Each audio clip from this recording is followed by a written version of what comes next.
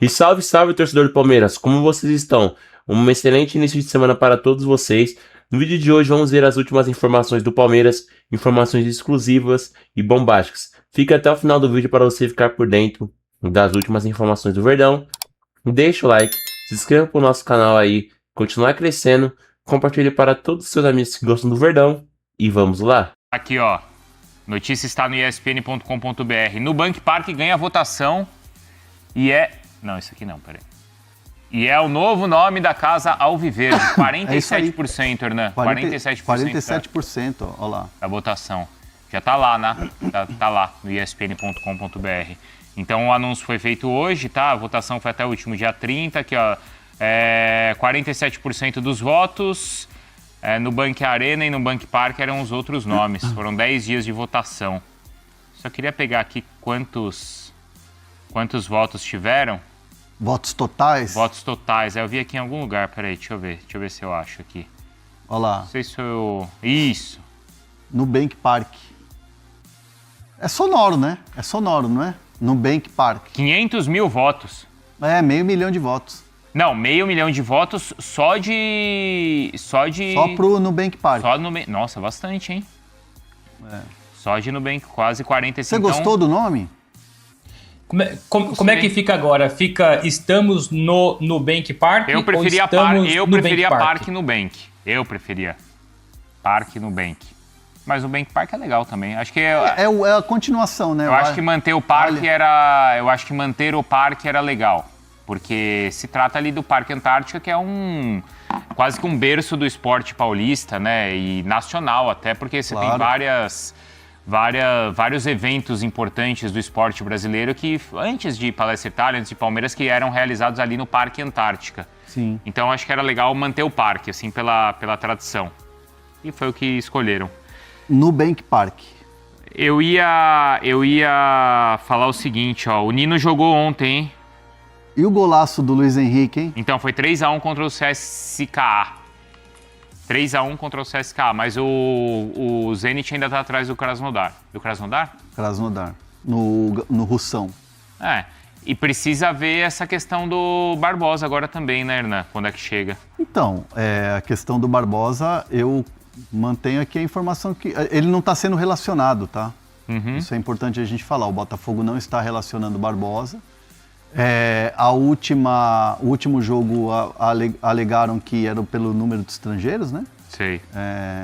E aí o Barbosa acabou ficando fora, mas obviamente essa negociação influencia muito, porque ele está próximo de completar aí os 12 jogos.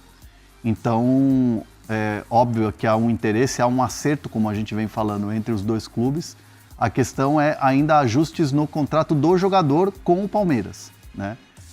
Pelo que me dizem, na academia de futebol, não são ajustes que possam fazer com que a história dê para trás, porque o próprio Botafogo, o próprio Textor, entende que tem que vender o jogador. É um fim de contrato, ele já poderia assinar um pré-contrato e o Botafogo está ganhando 20 milhões nessa parada, né? Então é uma situação que é um ajuste ainda, isso leva dias, não tem jeito. Muita gente, inclusive, cobrando por que não assinou ainda, por que não apresentou, por que não foi anunciado. É uma situação burocrática que muitas vezes ela acaba se estendendo alguns dias. Uhum. Vamos ver, essa semana vai ser uma semana que pode definir. Mas eu continuo, assim, pode ser que amanhã tudo muda, uma negociação tudo muda. Enquanto não está assinado, tudo pode mudar. Mas há uma confiança muito grande dentro do Palmeiras de que, cara, tá tudo certo. O acerto entre os clubes é total. Uhum. Faltam 2 rodadas para a final lá do Russo. Tá? Sim, o Krasnodar tá um ponto na frente do Zenit. Esse fim de semana de 9 e 10. Isso, e depois? E depois a fim de semana seguinte, que se eu não me engano é... 17. É aí que acaba, vamos ver. Vamos ver. 2 rodadas, viu, Bruno? E enquanto isso, Bruno, o Estevão tá aqui no Brasil, né? Todo o processo de recuperação enfim, nós falamos várias vezes, né? Foram colocados vários cenários em cima da mesa para ele. Ele tinha preferência por um, a CBF tinha preferência por outro, mas quem determinou, enfim, quem resolveu tudo com consentimento depois do próprio Estevão foi o Chelsea. O Chelsea foi muito rigoroso na forma de tratamento. Por exemplo, falamos na semana passada, pela CBF, mesmo perdendo de vez o Estevão para a Copa do Mundo, a CBF, um pouco mais conservadora, tinha como noção a cirurgia. Faz logo a cirurgia, resolve isso, você fica fora da Copa do Mundo, mas você é jovem e na próxima você tá dentro, se recupera, volta a jogar na Inglaterra e tudo mais. Só que não só o Estevão, mas também o Chelsea não queriam a cirurgia e ela não foi feita e ela não será feita. Então coube esse acerto aí entre clubes, Chelsea e Palmeiras, com consentimento do Estevão. Pouco tempo atrás foi o Gabriel Jesus que esteve no Brasil treinando, tratando, enfim.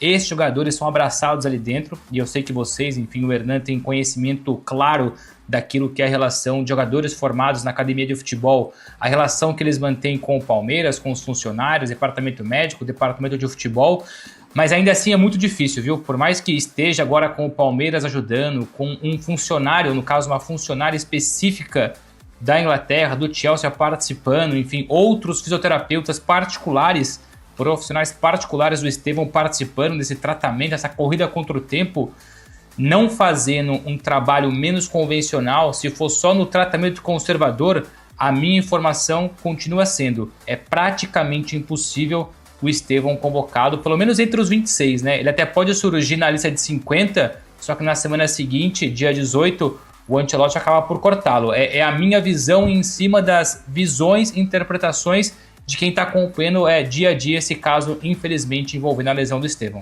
De performance pro Estevão conseguir cumprir esse cronograma que foi desenhado pelo Chelsea.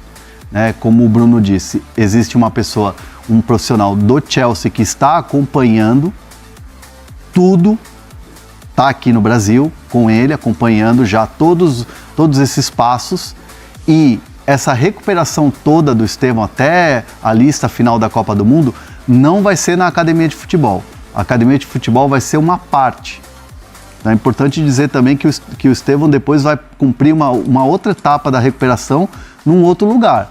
Seja esse processo mais avançado, que o Bruno trouxe a informação lá no Catar, ou se for esse conservador já em outro lugar também, mas aí a Copa do Mundo já vai ser uma outra história, né? Porque o processo conservador, ele praticamente tira o Estevão da Copa.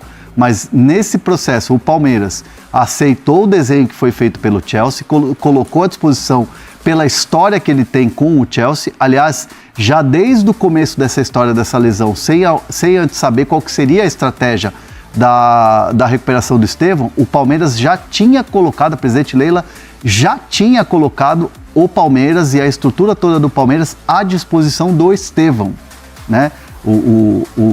Os empresários do Estevão, o próprio André Cury, os outros que trabalham, família do Estevão, todos eles foram contactados e falaram: olha, o Palmeiras está de portas abertas para o Estevão aqui com toda a estrutura que tem. Beleza?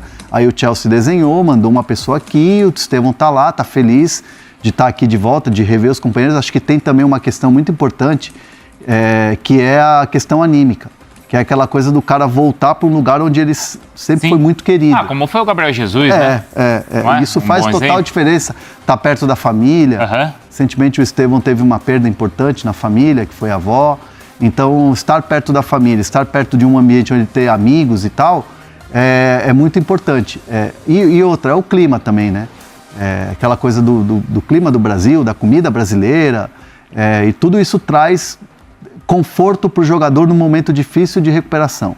Mas é uma parte da recuperação que vai ser cumprida no Núcleo de Saúde e Performance da Academia do Palmeiras. Hernan, nessa daí teve a volta do Paulinho também, né? Jogou alguns minutos e tal, então assim, o processo concluído aí com bastante calma, né? Mas acho que foi positivo o retorno dele também, né? Do Paulinho. A avaliação do Palmeiras foi super positiva da volta do Paulinho. O Paulinho quase fez um gol, né? Aliás, um golaço que ele ia fazer, chicotada que ele dá na bola. Foram poucos minutos e acho que faz parte do processo de evolução. Então o Palmeiras entendeu que segurá-lo desde o jogo da Copa do Brasil foi importante, tirá-lo do jogo da Libertadores, segurar ele naquela carga que ele estava tendo para poder jogar o Clássico. O Clássico estava pegado, o Palmeiras estava precisando fazer o resultado, então foi tudo meio que calculado ali para se ter uma primeira resposta. E essa primeira resposta foi positiva, né? Não só os médicos, fisioterapeutas, preparação física, a comissão técnica gostou do resultado do Paulinho, e a tendência é que ele seja relacionado para o jogo da Libertadores no meio da semana. Já é amanhã, né? Amanhã à noite. É amanhã, terça-feira? Amanhã à noite. E aí é partida importante porque é um confronto direto. Direto para a liderança do grupo. Porque o Sporting Cristal hoje está na liderança. É o Sporting Cristal na liderança. Sporting Cristal, E então o Palmeiras precisa agora vencer lá, né? Quer dizer, precisa vencer, né? Nessa disputa pela liderança, claro, é confronto direto, né? É o que acontece com o Cruzeiro. Vencer em casa é a lição de casa, vamos dizer assim, quando você joga no teu país. Não tem jeito. Você quer classificar na Libertadores, você tem que ganhar em casa. E o Cruzeiro dançou contra o Chile, o time do Chile, a Universidade de Chile, Universidade Católica, perdão. Isso. Então o Palmeiras entende que não é o fim do mundo, tá? Para a comissão técnica. E aí eu falo muito do que acontece da porta da academia para fora, que é aquela histeria, que é o torcedor maluco, que é a rede social, que é o pessoal que grita e tal. O empate na Libertadores fora de casa, num campo difícil contra o Cerro, foi visto como um resultado que, obviamente, deixou todo mundo sinal alerta, porque o Palmeiras em outras ocasiões foi lá e venceu, mas, dadas as circunstâncias do jogo, foi um resultado que o Palmeiras buscou muito mais a vitória do que se segurou no empate. Principalmente no primeiro tempo e no final do jogo teve a bola... O goleiro fez umas defesas milagrosas lá e tal. Então, e contra o Santos mexeu na equipe e aí o desempenho não foi bom no primeiro tempo, o primeiro tempo foi abaixo. Foi bem abaixo. A análise interna também é que poderia ter sido muito melhor. As mudanças não deram certo, porque não deram, né? As mudanças, o que foi imaginado para o jogo não surtiu efeito. E aí o que colaborou assim com essa tranquilidade que se deu ao Palmeiras no Brasileiro foi o Vasco ter empatado com o Flamengo e aí ficou mesma diferença. Eu acho que duas coisas diminuíram, não sei se pressão, mas pelo menos as críticas. Duas coisas diminuíram as críticas, isso é fato. Primeiro, teve o gol, né, Bruno, anulado no finalzinho do jogo. Então, para quem tava no estádio, foi tipo aquela frustração assim, sabe? Mais de, foi um problema da arbitragem. Bateu na mão do Arias e tinha que ser anulado mesmo. Então, acho que isso tirou um pouco o peso do, olha, o time tentou tal, apesar da atuação ruim, quase virou o jogo, não virou por um detalhe ali e um gol que foi bem anulado. Né? Então, acho que isso tirou um pouco o peso da crítica. E claro que depois, quando o Vasco empata o jogo também, aí diminui o peso, né? Porque você fica com aquela diferença de 5, né? Não, e acho que o torcedor percebe que tá ruim, tá difícil para todo mundo. O Corinthians, tá todo mundo falando, sensação, é o Corinthians e tal, não sei o quê, 7 jogos, não tomou gol, primeira derrota do Diniz, perdeu. São Paulo contra o Bahia no último minuto, lá toma um gol de empate. Isso. Então, assim, não é... O Fluminense. O Fluminense, muita gente ficou falando, o Fluminense joga o melhor futebol do país. A gente falou.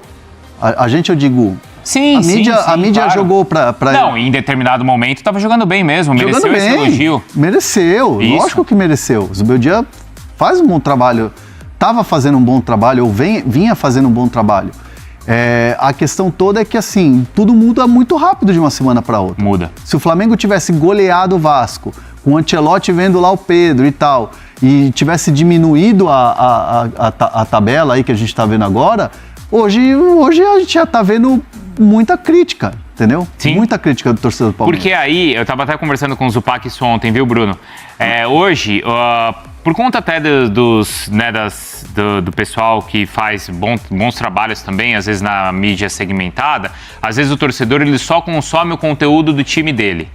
Então ele acha que é só o técnico do time dele que está, por exemplo, reclamando do calendário, ou ele acha que é só o time dele que sofre com contusões, e ele muitas vezes, não quem está aqui na ESPN com a gente, no Fala Fonte, nos outros programas, porque aí assiste e consegue consumir o conteúdo de todos os clubes. Mas às vezes o torcedor fica preso só no seu, e ele acha que é só o seu time que está com problema de cansaço, ou que é desculpa do treinador, ou que é só o seu time que tem problemas com contusões, e de fato é puxado e é pesado para todo mundo.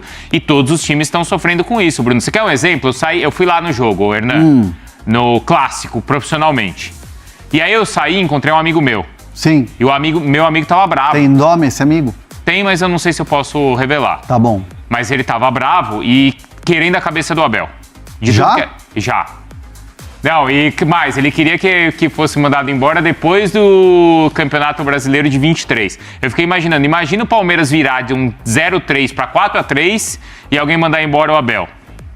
Mas esse seu amigo é aquele que queria o Rogério Ceni no lugar dele? Não. Não? Ah, tá. Não. Mas aí eu quero chegar no seguinte ponto. Aí o cara falou assim pra mim, o meu amigo falou assim, pô, e o pior é que perdeu o Arthur Jorge pro Cruzeiro, que é um excelente treinador. Perdeu. Não, então, que é um excelente treinador. Aí eu pensei assim, será que esse meu amigo sabe que o Arthur Jorge foi goleado pelo São Paulo, perdeu uma partida em casa na Libertadores para a Universidade Católica, e horas depois... Ganhou na Bacia das Almas contra o Boca. Não, e horas depois levou uma baita de uma trombada do Atlético. Que tava despedaçando. Então eu tô falando isso, não que ele seja um treinador, não é que ele é um treinador excelente, mas assim, é difícil para todo mundo. Sim. Não é? Imagina se essa sequência de resultados acontecesse, por exemplo, com o Abel, o que esse meu amigo tá falando. Nossa, fim do mundo. Não que o time não precise evoluir, essa é outra história que a análise precisa ser feita. Mas assim, qual é o time no mundo que ganha todas? Você entra em campo e fala assim, esses caras jogam bem, se matam, ganham todos os campeonatos. O Bayern, e olhe lá. Nem o Bayern, né? O Bayern pode ficar fora essa semana. Pode ficar fora, então. Começando com o Palmeiras e a Melbia que chega aqui ao vivo conosco. Tudo bem, Melbia? Seja bem-vinda. Um beijo pra você.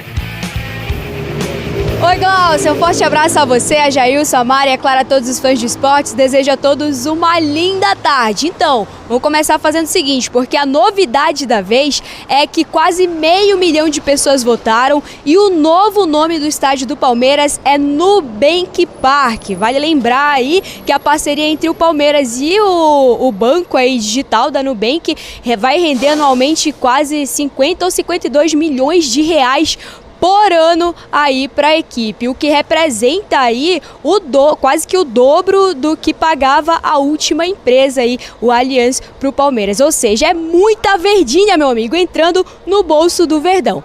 Enfim, no clássico contra o Santos, o Palmeiras pressionou bastante, criou bastante, apesar disso não soube matar o jogo, justamente porque acabou pecando muito ali no último terço, na hora de finalizar, e o empate em 1-1 aí repercutiu muito aí por um período de recondicionamento físico.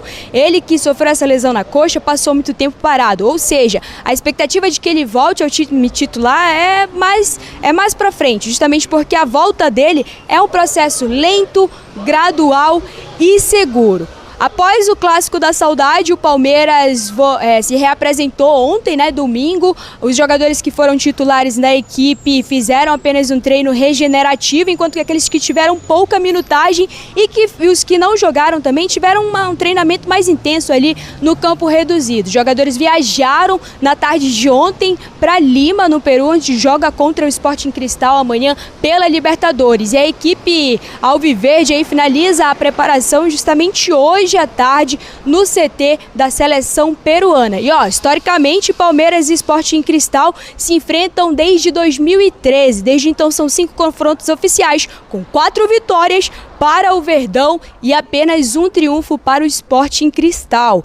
E detalhe importante, Palmeiras que tem uma grande maratona de viagem aí durante essa semana e a próxima, justamente porque já viajou para o Peru, depois retorna ao Brasil e voa direto para o Pará. Se eu pudesse recomendar para eles, eu diria, vão direto ao Ver-o-Peso, apurar o paladar, lá, como diz a música da Joelma, mas eles viajam para Belém justamente para enfrentar o Clube do Remo no domingo pela Série A e depois a viagem é para o Nordeste para jogar contra a Jacuipense pela Copa do Brasil lá na Bahia. Volto com você, Glaucio.